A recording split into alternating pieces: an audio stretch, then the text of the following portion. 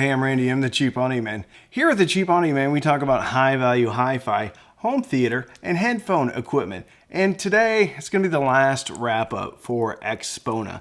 A lot of people in the comments asked me, well, what did I think? And I just kind of let the manufacturers talk. So sit down, grab a cup of coffee, and let's talk about what I thought of everything that I heard.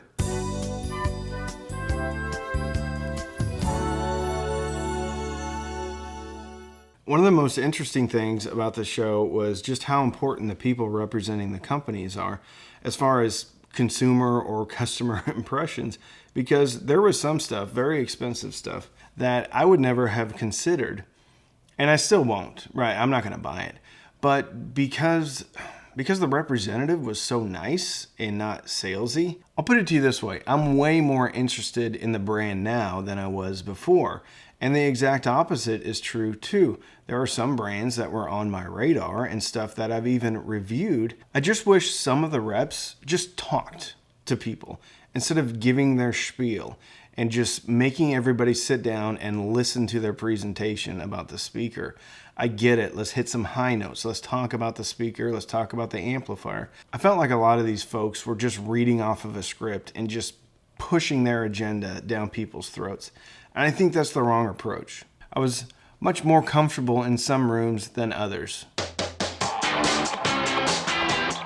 Speakers. I got to hear a lot of speakers in a variety of price ranges. Unfortunately, there weren't a ton of manufacturers there that had what I would consider affordable speakers. And I'm even bumping up the price range here. So there wasn't a lot of sub $2,000 speakers.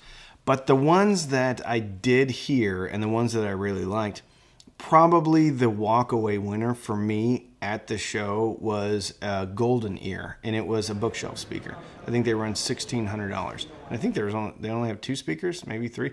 Anyway, it had a folded ribbon tweeter, I think a 6.5-inch driver, ported, and I thought they sounded fantastic. Actually, when they were comparing them to the much larger tower speakers, I actually preferred the bookshelf speakers. They did have a subwoofer with them, but they said the subwoofer was set at 60 hertz. Anyway, I was really impressed with just the detail. And it wasn't sibilant, it wasn't harsh on the top. Anyway, I was really impressed with Golden Ear, and I would love to get a pair in the house. The other company that I heard for the first time was Vanatu, and I saw Z Reviews did a review on Vanatu a while back. I think Josh Fowler did as well.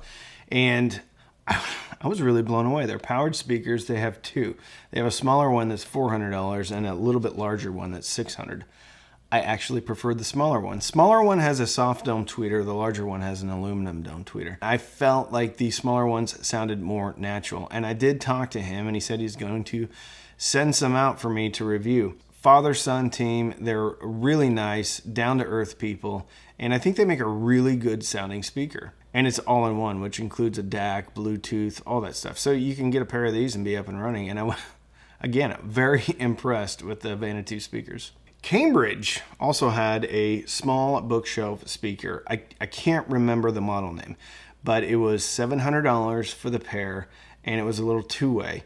It was not little. I mean, it was a 6.5-inch, I think. But they sounded really, really good, and I would love to get a pair of those as well. SVS had great sounding stuff as per usual. They had a new powered speaker, but I spent most of my time listening to the Prime Tower, but it's like the Prime Elite Tower. It's a little bit more expensive, but I was really impressed. I like SVS stuff. That sounds really good. I wanted to hear the Monitor Audio bookshelves, but I didn't get an opportunity to. As far as really expensive stuff, ELAC, they had, I think it's their top tier line, and they had the lowest price of the top tier line. Anyway, I think they're 14 grand. They were really good. I was really, probably the best sounding room for me personally was the ELAC room. I thought they were awesome. Wharfdale also was great. I have a pair of the Linton speakers in-house, but what they did is they took 2 pairs of Lintons or is it Linton or Lintons? I don't know. Anyway, they took 1 pair and turned it upside down. So it's basically tweeter, mid-range, and then woofers on the outside. Kind of like an MTM configuration, but with more drivers, so it's really nothing like an MTM configuration. They sounded really good, and it was really a trip to hear. I didn't notice a huge difference when they had them stacked and unstacked. It just sounded bigger, but it was really really good. And the guy from Wharfdale was super cool, Lenny. I heard some TAD speakers, the entry-level bookshelf, which comes in at a paltry $10,000. I have to admit, though, they were really good. They have a beryllium driver, though, and all the speakers that I've heard with beryllium drivers have a tendency to, well, sound hard and not really natural. It doesn't sound bad until you turn it up. They can get a bit much on top. The TAD or TADs, I thought were good, but really what they did is they let me play the music I wanted to on them. So I was able to audition these speakers and actually make somewhat of a realistic evaluation of them, because most of the time they're just playing these audiophile tracks over and over again. And I think it would be cool, and I know probably no one's going to watch this and care, but I think it would be cool if manufacturers let customers choose the music they want to listen to. But the entry-level TADs sounded pretty good. Martin Logan had a pair of $45,000 in-wall or on-wall speakers. They sounded good. I mean, but 45 grand? No. Klipsch Jubilees. They were huge. They were the size of a large shed that you would keep your lawn mowing implements, maybe a workshop in. They were huge. They sounded really good, but again, there wasn't any rock and roll. I think they played some rock and roll, but it was, jazz and horns and stuff like that, and that's fine. Those were $35,000 a pair. I don't know what type of room those would go in, because even in a large room like my living room back here, I could probably get away with those on either side of my fireplace and not be just crammed in here. But they stick out from the wall like 4 or 5 feet. Anyway, they're really impressive. They're huge. I think they're DSP controlled, so it's an active crossover. They were cool. It's cool to see this stuff. I don't know in what application people would actually use it per se, but someone's going to buy some Jubilees and stick them in their basement or something. But they were impressive. They sounded really good. But again, I didn't have my music I tried to get them to play Harvester of Sorrow, and then I tried to get them to play The God That Failed by Metallica. They wouldn't do it. They said they would, but they didn't do it. I heard some Focals, pretty good, but again, kind of that harder top end that doesn't really resonate with me. Oh, I did hear a pair of speakers, and I'm not going to name their names. 10 grand for a pair of bookshelf speakers, and they were flat out sibilant.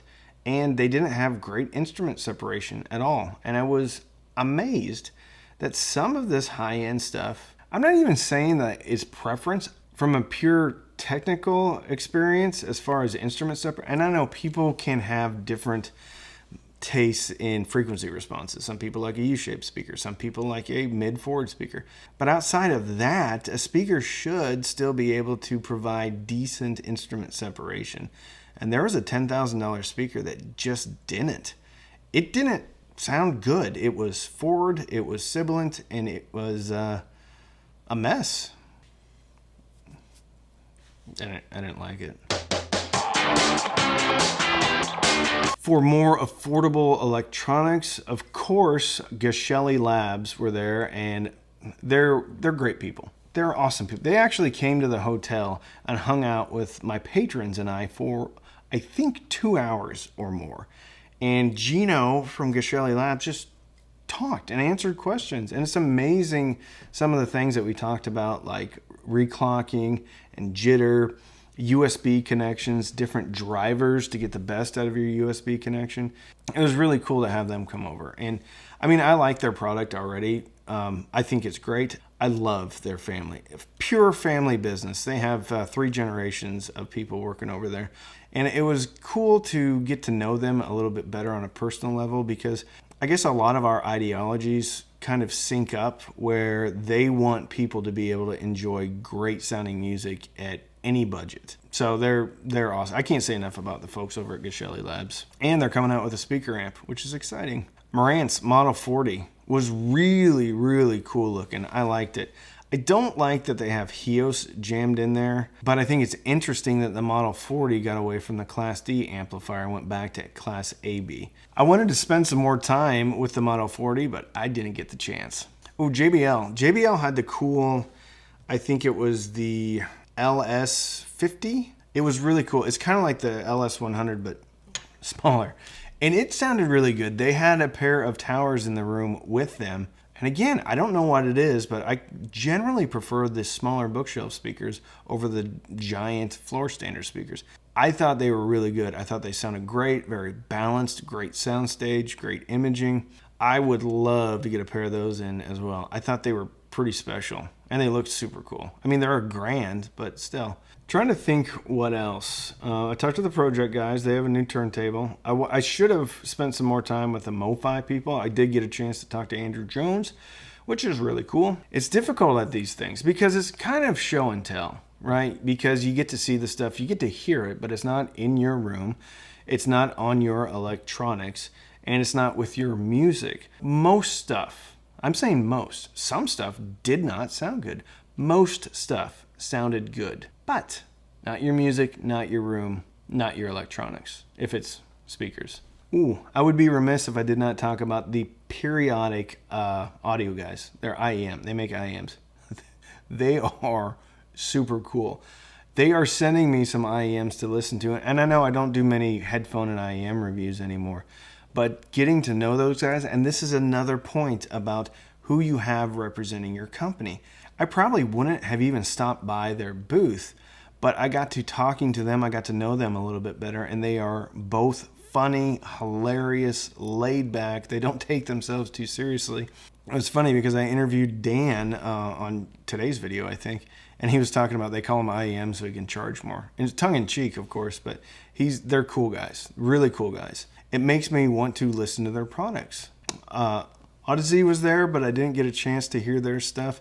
Shure was there. I didn't get a chance to hear their stuff. Hi-Fi Men, I did talk to the Hi-Fi Men guys. iFi was there, but I did not stop by. But the periodic IEM guys were pretty cool. Those are the type of guys I want to hang out with. Like, there's certain people at the show, you're like, yeah, I want to hang out with you.